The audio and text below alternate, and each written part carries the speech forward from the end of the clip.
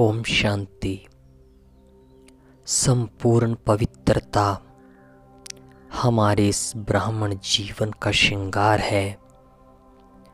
यही पवित्रता हमारे इस ब्राह्मण जीवन की सबसे बड़ी पूंजी है और इस पवित्रता की पूंजी को जमा करने के लिए बाप दादा ने हम सभी को बहुत महत्वपूर्ण इशारा दिया है कि बच्चे आत्मिक दृष्टि का अभ्यास बढ़ाओ। जिसको भी देखें मस्तक में चमकती हुई मणि दिखाई दे, जिसको भी देखें उसको आत्मिक रूप में देखें। यहाँ तक कि बाबा ने और बहुत सुंदर गहराई से इस बात को स्पष्ट किया कि लौकिक में भी हमारे माँ बाप, भाई बहन, बच्चे सभी को इसी रूप में देखें कि वो इस संबंध में पार्ट बजाने वाली परमात्मा की संतान आत्माएं ही हैं। जितना जितना ये आत्मिक अभ्यास बढ़ता जाता है उतना उतना हमारी शक्तियाँ भी बढ़ती चली जाती हैं।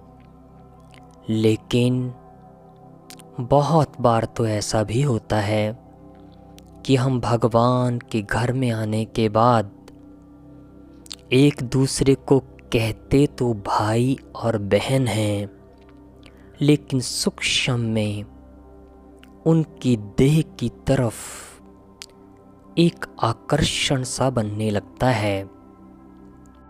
लगभग 80% भाई बहनों को किसी पर्सनल, किसी व्यक्तिगत अर्थात अमुक भाई या अमुक बहन से बात करना ज़्यादा अच्छा लगता है। बाबा ने तो मुरली में बहुत अच्छी तरीके से ये बात कही है कि फलानी बहन से हमें कोर्स करना है या फलानी बहन से हमें मुरली सुननी है।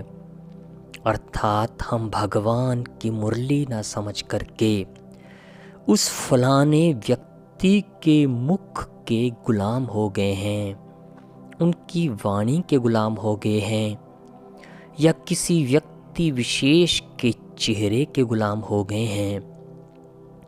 भगवान का बनने के बाद ये सबसे बड़ा भयानक रोग है जो दीमक की तरह हमारे इस ब्राह्मण जीवन की पवित्रता को खा जाता है और हम आगे बढ़ने की बजाय उसी बहन या उसी भाई से जुड़े रहते हैं और ब्राह्मण जीवन, इसकी अनमोल घड़ियां उसी में समाप्त हो जाती हैं।